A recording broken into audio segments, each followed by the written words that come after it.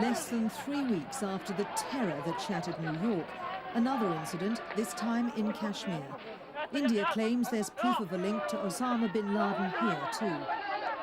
And the citizens of Srinagar are in shock, although terror attacks are frequent here.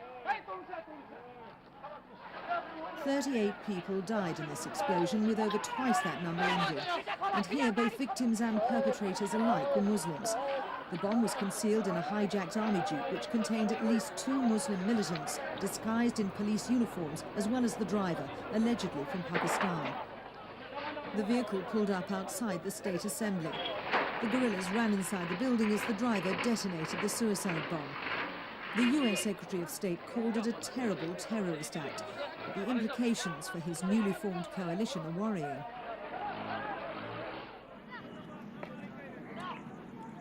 At the Martyrs graveyard in Srinagar, Ghulam Bey and his daughter are visiting the grave of one of his sons, a Muslim militant. This cemetery is reserved for militants or sympathizers with their cause. Over 30,000 people have died since the fighting started. One of them was Mohammed Yusuf. His father says he was killed in a clash between 2 rival groups of Islamic fundamentalists right here in town. He says his second son was killed by Indian security forces.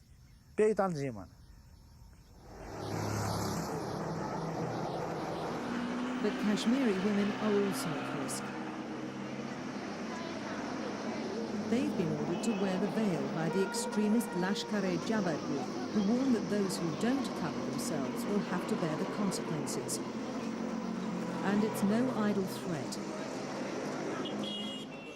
Kulsum Bhat is just one of a number of young Kashmiri women injured in acid-throwing incidents. Kulsum comes from a traditional Muslim family who strongly believe that women's faces should be covered in public. But the girl is only 14 years old. Her parents assumed that she was too young to need to follow the strict dress code yet. On the 6th of August, she was coming home from school, and on her way, some people came up to her. These boys saw something in her face. Now she's blind in one eye. The effects of the terror in Kashmir have long been visible in Srinagar's Psychiatric Diseases Hospital.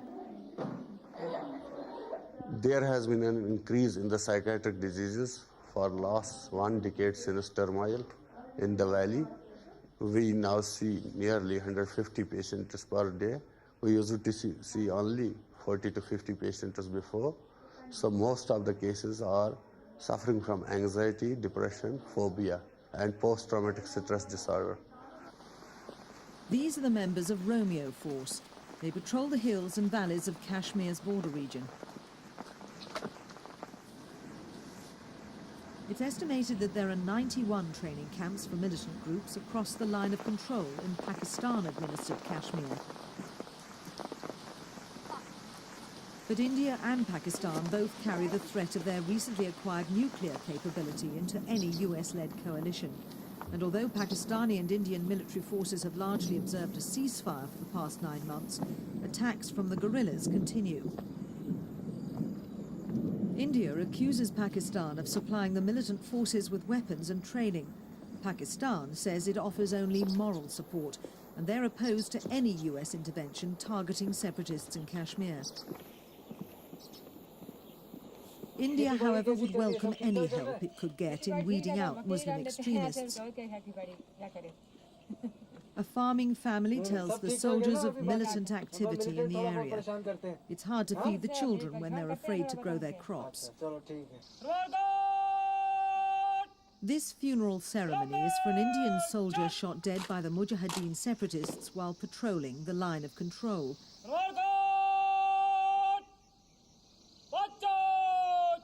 He was a local man from the Surankot area, a Muslim himself. His army comrades and local officials are joined by members of his family who've travelled from their village in the nearby hills. In the 11 years of guerrilla insurgency in Kashmir, these scenes have been repeated time after time. Only recently could the vast majority of Americans comprehend this sort of senseless bereavement. But in Kashmir, the army needs to win over the hearts and minds of the local population. Our primary aim remains fighting militancy and getting the better of the militants. But along with that, we also have Op Sadbhavna, that is Op Brotherhood, going on in the area. And whatever spare time and effort we have from our primary aim, we use that to build up schools, water supply schemes, roads, personal habitat. This is primarily to help the people to help themselves. This is the Brotherhood Gate. It was erected by the army in the town of Srinagar as a symbol of the cooperation between the security forces and the civilian population. It's an uneasy relationship, with suspicion on both sides. This struggling primary school is typical of the region. There aren't enough classrooms to go round at the Dastagir Academy, so many children do their lessons in the yard. There are over 200 pupils at the school, but only some have chairs to sit on. Now the army's built a bathroom and provided drinking water, as well as books and some sports equipment. This former militant, now assisting the army, claims that people are routinely beaten and terrorized if they refuse to assist the insurgents. And the effects are felt in the towns as well. This shopkeeper in Srinagar recently had his mother, father, wife and 2 sons killed by terrorists. Yeah, I want to leave India. In Kashmir, it's lots of problems, lots of restrictions here, many things. With the spate of acid attacks in towns, many educated young women feel under scrutiny, even if they accept the precepts of Islam in general. Here, I'm forced to wear the burqa, but I'm not mentally prepared yet. Yeah, it's a religion that the women should, when she will leave the house, she should be covered. But here they are doing it's just imposition here. They are telling that the women should wear burqa and they are doing acid attacks. They should do some organization where they should teach lessons why it's necessary in religion that you should cover. But they are just doing the immoral things here. Amongst the people living here, there are various degrees of religious observance. As in Afghanistan before the Taliban crackdown, some women wear the full burqa, while others interpret the rules of their religion less stringently. But there's also an undeniable element of support for the separatists here. Kashmir is the only Indian-administered Muslim state. And Kashmir is distinct in its incredible landscapes as well. Dal Lake near Srinagar is the sort of resort that tourists used to cross the world to visit. The arresting beauty of scenes like these has attracted the adventurous traveller for centuries. But there's little prospect of tourism while India and Pakistan continue to confront each other over Kashmir, and the people here can forget about the US dollar. So, in rural Kashmir, as much as downtown New York, the terror has to end.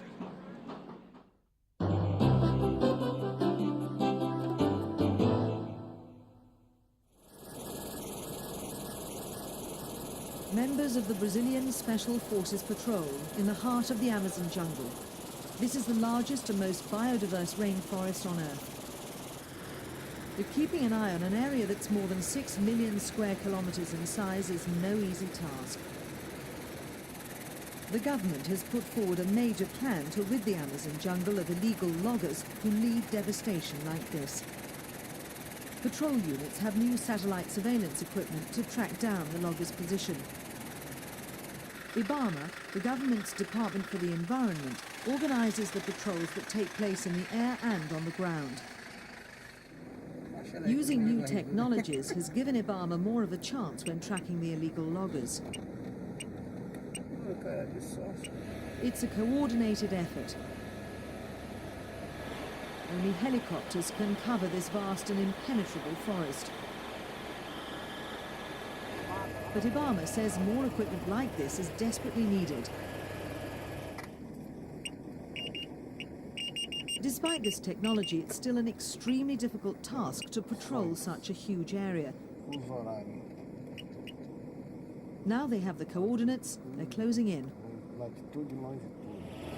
The devastation caused by illegal logging is irreversible. The need to bring in extra police and army units reflects the lack of resources to deal with the problem.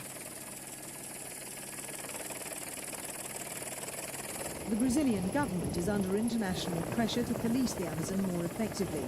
The skills of the army are necessary when dealing with such difficult terrain, but more resources are needed. More than 2 million hectares of the Amazon are cleared illegally every year. At this rate, barely 5% of the land will remain as pristine forest by 2020. In 1999, illegal loggers cut down an area of rainforest the size of Hawaii. It's too late for this part of the rainforest. The loggers have already cleared it. Now Ibama must concentrate on protecting the woodlands nearby. Much of the forest clearance is officially sanctioned, but with illegal logging as well, it mounts up to a very serious threat to what's perhaps the world's greatest ecological asset. I think that if logging continues as it is now, certainly in a few years we'll not have the lung of the world, as the Amazon is called. People may think that the Amazon is very big and that we can cut down trees here and there, but that is not true. We who are here every day can see a lot of devastation. This is not the only way to survive in Brazil. There are other things that people can do without cutting down trees, like they're now doing in the Amazon, in the whole of the Amazon. At Guapore Biological Reserve, power has been handed over to indigenous people to patrol this immense land. By incorporating locals in the cleanup operation, governments effectively prevented them from being corrupted by the loggers themselves.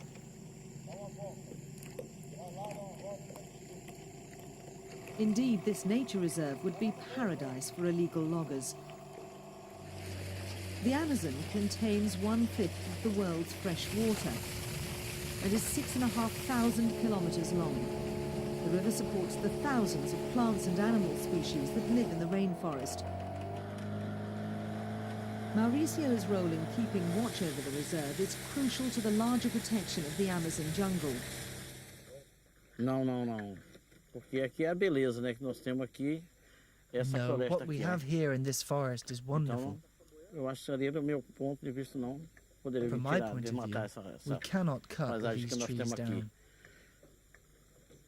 Porque isso aqui é que nós temos uma It is riqueza very aqui, né? rich indeed what we have here. Just a few kilometers north from Guapore's biological reserve, Claudio carries on with his daily routine of cutting down trees in the forest. He sees nothing wrong in what he does, and regardless of what environmentalists may believe, his conscience is clear.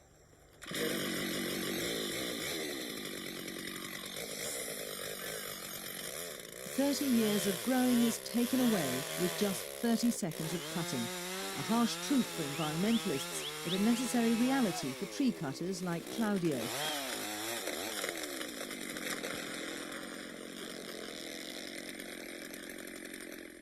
I need to cut wood to eat and sustain my children.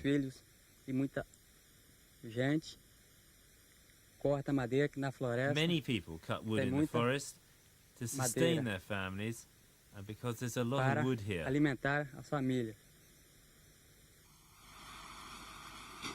Many sawmills like these are scattered around the Amazon basin, providing jobs for hundreds of people who live in the area. The exploitation of natural resources has always been a necessity in Brazil. Local and international demands for timber have pumped millions of dollars into the country's developing economy. But despite the vast number of trees cut down in the jungle, it hasn't helped to revitalise this area's economy. The Amazon remains one of the poorest regions in the country, and while the illegal loggers get richer, others are benefiting from widespread corruption from their trade. Porto Bello is the capital of the state of Rondônia, the most devastated area in the Amazon region.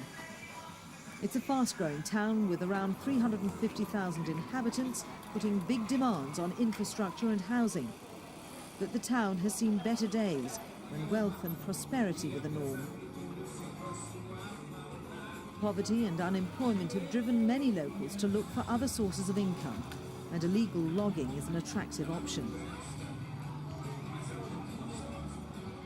The old railway in Porto Bello was planned as a stop for the rubber trade more than a century ago. The Brazilian Institute of the Environment and Natural Resources has much work to do in Porto Bello. Although the protection of the environment is a priority here, IBAMA is also trying to find ways of renewing natural resources that are needed to develop the region.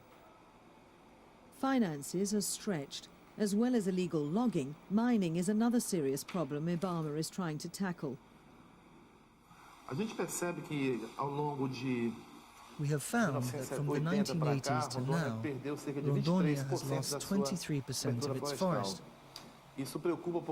This is worrying because it is an illustration of a disorganized exploitation, which is going to cause damage. Damage until the ecological balance is affected. We have also noticed that unauthorized, irregular and clandestine exploitation of timber could exhaust the wood stock. That is why our job of permanent vigilance of natural resources is important. The destruction of the world's largest remaining wilderness is not a recent phenomenon. It's been taking place for the last 3 decades. But it's only now that the real impact of the devastation is being felt, as scientists predict the Amazon rainforest could disappear within 20 years. The consequences will not only be felt by people living in the Amazon region, but by the entire world as its lung breathes its last breath.